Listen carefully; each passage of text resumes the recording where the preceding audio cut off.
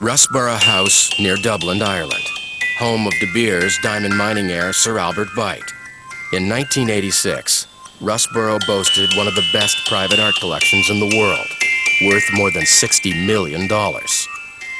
Among the paintings was Vermeer's much acclaimed Lady Writing a Letter, itself valued at $30 million. The paintings were protected by a sophisticated alarm system considered unbeatable.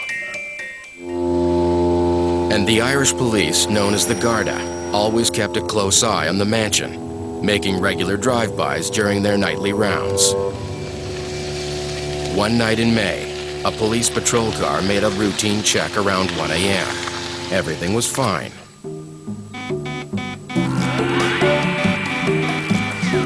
Then, about an hour later, Russborough's alarms started blaring. With the Garda en route, the mansion's caretaker, Colonel O'Shea, switched off the alarm and raced to the gallery. But there was no one there. Nothing out of place. The patrol car went to Russborough House and met Colonel O'Shea. Colonel O'Shea had said he'd checked the house, took a false alarm, and there was no need to worry. They talked to him for a short while and then left. Everyone was satisfied that all was well. O'Shea turned the alarm back on and returned to bed. What happened next would become one of Ireland's great criminal mysteries.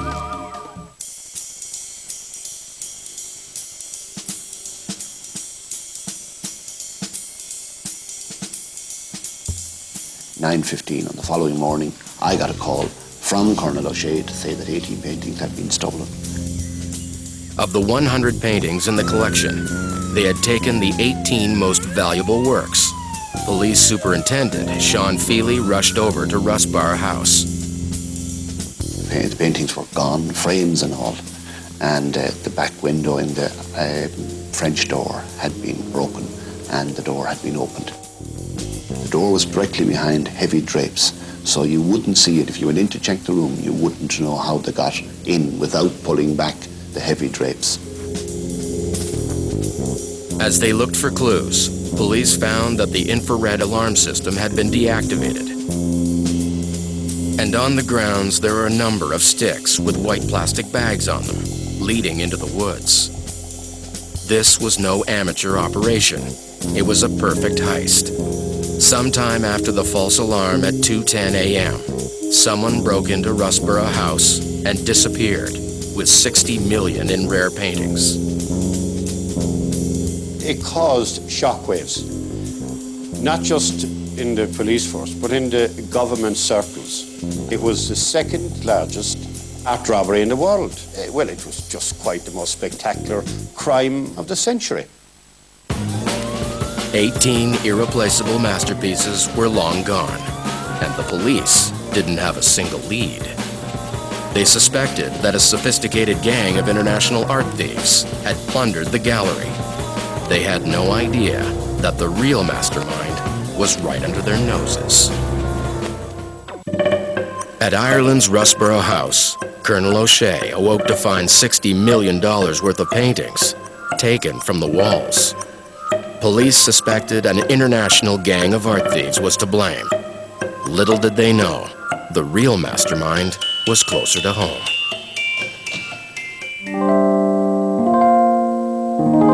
The man behind the crime was Martin Cahill, a notorious Irish criminal gangster known as the General. He was intelligent, very ruthless, a master planner. The man who'd stolen millions had started life dirt poor in the slums of Dublin. A vast, grey, sprawling, run-down, rat-infested, poverty-stricken black spot of a housing estate. It was grim. He had a difficult upbringing. Martin and his brothers saw crime as the only way to even the score between the haves and the have-nots. He thought of himself as a kind of Robin Hood. He was very kind and very generous to his friends and family. Over the next 2 decades, Cahill honed his skills, growing from a petty thief into a criminal mastermind. Martin was a dedicated criminal. He was so precise, so obsessive about the planning of a job and the execution of a job that he got the nickname the General. He was cautious to the extreme, only working with close friends and relatives. And whenever he was in public, he hid his face so that strangers wouldn't know what he looked like. Cahill's gang pulled off a series of successful jewelry and bank robberies in Dublin. But he was still hungry for the big one, a crime that would net him millions. That was when he zeroed in on Rusborough House. Cahill knew nothing about art, but he knew how to move stolen goods. He believed that the world was full of dodgy multi-billionaires who could pay $30–40 million for a Vermeer or a Goya. In the spring of 1986, Cahill was a frequent visitor to the Rusborough House Gallery. He became an art lover. He went down and he strolled around and he got brochures and he studied the Metsus and the Goya and the Vermeers. But it wasn't just the paintings that Cahill was studying. And he'd look at the locations, and in the process of checking out the house, he would also obviously look at the electronic devices. Cahill worked out a way of beating the alarm. He checked out the windows and doors, deciding which were the most vulnerable. And he memorized the layout of the house so he could find his way around during the strike. He planned meticulously for 9 Sundays on the trot.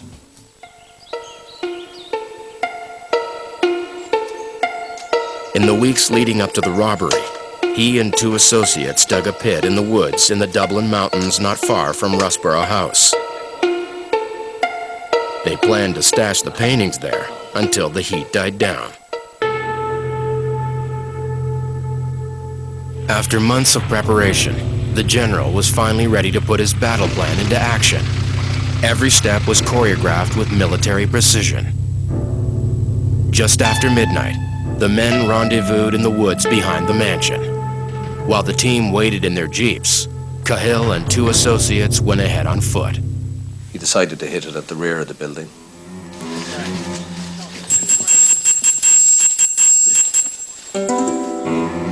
He just walked across the fields in the dark, placed sticks in the ground at intervals. Each stick had a white plastic bag attached to it. The white bags, visible in the dark, marked the route to the house. They then went up to the window, taped the glass, obviously to stop it from making noise.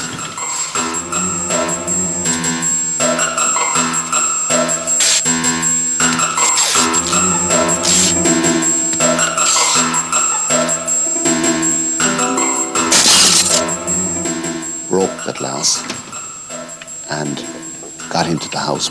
And immediately they went in. Microwave system, alarm system went off. Setting off the alarm was all part of the General's plan. One of his men deactivated the main sensors in the room, but they wanted to take the paintings. It all took seconds. And then they retreated. They closed the window, went out, and went back and hid in the bushes. The caretaker, Colonel O'Shea, was the first to respond. The alarm had also gone through to the local police station. Police arrived, the team were in place, Cahill's gang were watching all of this happening. The people in the house checked it out, saw there hadn't been a break-in. The guards came, it was a false alarm. Nobody noticed the missing window pane behind the drapes. They satisfied themselves, the police, that everything was in order, all the paintings were on the wall. And they left. In minutes, they saw as the lights of the Garda car disappeared and the great house was once again plunged into darkness. With the infrared sensors now inactive, Cahill was ready to go with stage 2 of his plan. He called in the rest of his troops. Now, they went in, opened the bay window, and they had the whole Rossborough house themselves. Cahill let the rest of the gang in. He pointed out the paintings to his guys, which ones he wanted to take. Vermeer's Lady Writing a Letter worth $30 million topped the list. In total, the haul was worth twice that. Within minutes, the gang made their getaway. Took the paintings out, loaded them into one of the jeeps, drove off about maybe 4 or 5 miles away. They got away hours before the alarm was raised, and in fact they had so many paintings they left the less valuable ones basically to be picked up in one of the abandoned vehicles. It was all very well done, very well thought out, and that was Martin's style. As the gang dispersed, Cahill took the paintings to the hiding place in the Dublin mountains. And really that's where they were all deposited within maybe an hour after Rossborough. In other words, the job was done, the paintings were hidden, the men had gone before the alarm was raised. The general had just pulled off one of the greatest art heists in history. But with the whole world looking for the famous works, had he painted himself into a corner?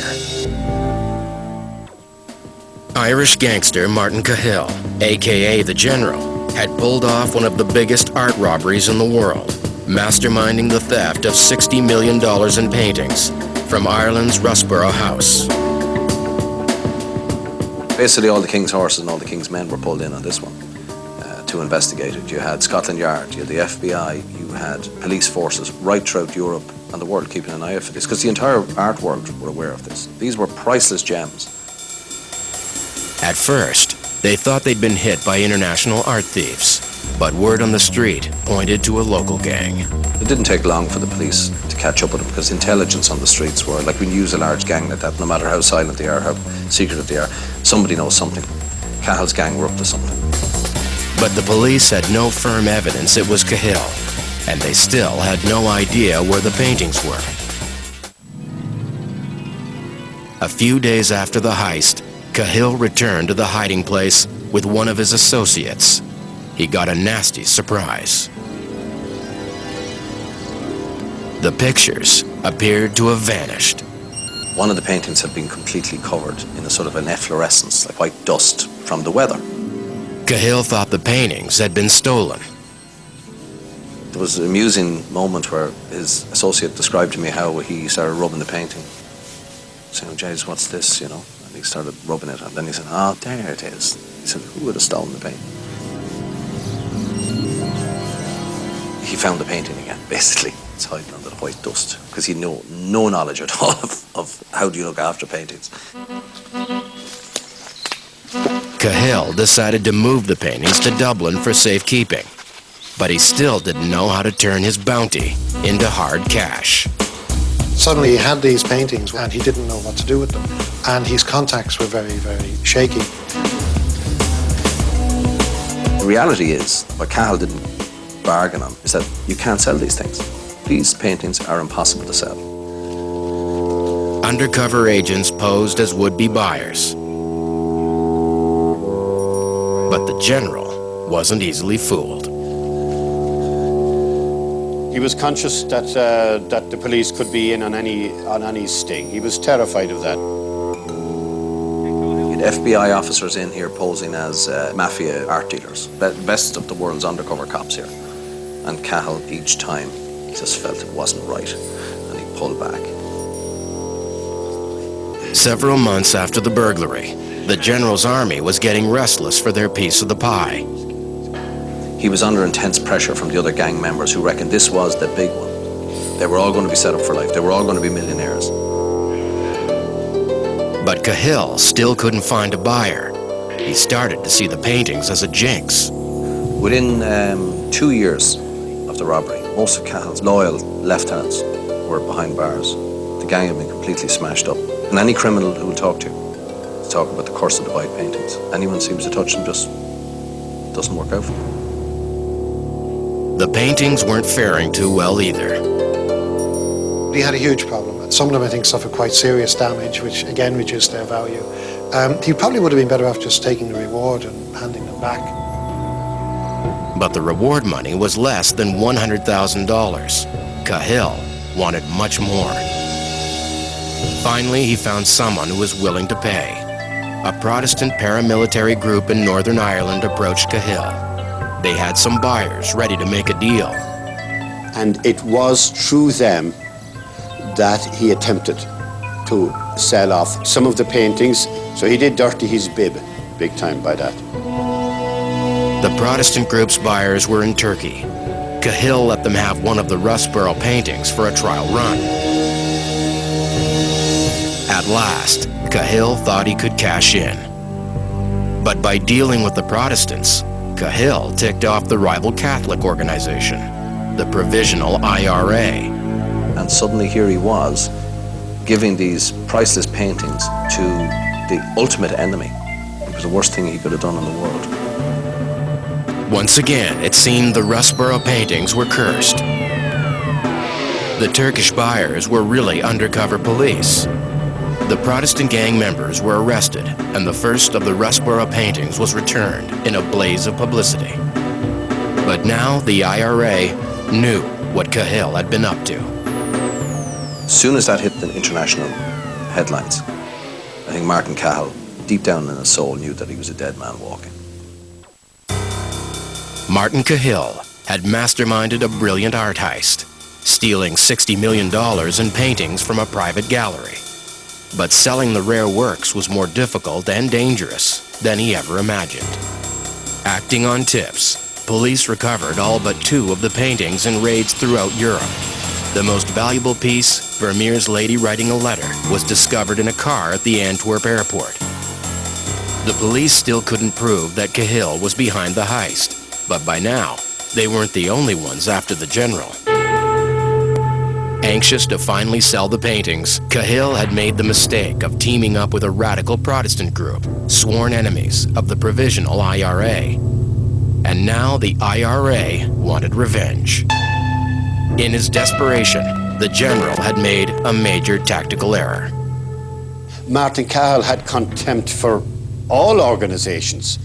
He felt the only organisation worth looking after was Martin Cahill's organisation. And his angering of the Provisional IRA led ultimately to his downfall and demise.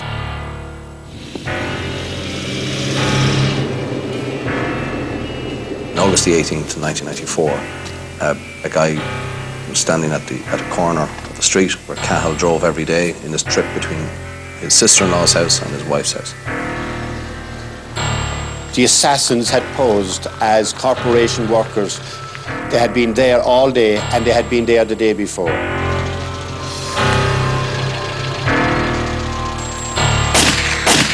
This guy walked forward and shot him.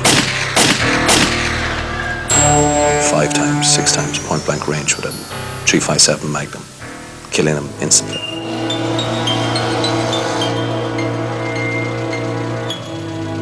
On the day that Cahill was gunned down, I was literally 1 minute's drive away, and I was the first police officer on the scene. The car was still running, and I rushed over, and I saw my old nemesis, and I put my hand inside his shirt to see if he had any pulse. He was dead. Martin Cahill's death was front-page news. Every newspaper in the country was sold out. There was not an issue of the paper left anywhere. He was the ultimate bogeyman. They'd heard about his exploits. They were terrified by his exploits. Suddenly he was dead. Martin was a squirreler. He was a hoarder. He would bury stuff, and only he knew where it was. So when Martin Cahill died, I'm afraid most of his fortune probably died with him. It's buried all over the place. Ireland's greatest criminal mastermind was gone, but his legend lives on. He would not be lost in the pantheon of supervillains from John Dillinger to Al Capone. He holds a special grim fascination for certainly the people of this country, and more especially the police.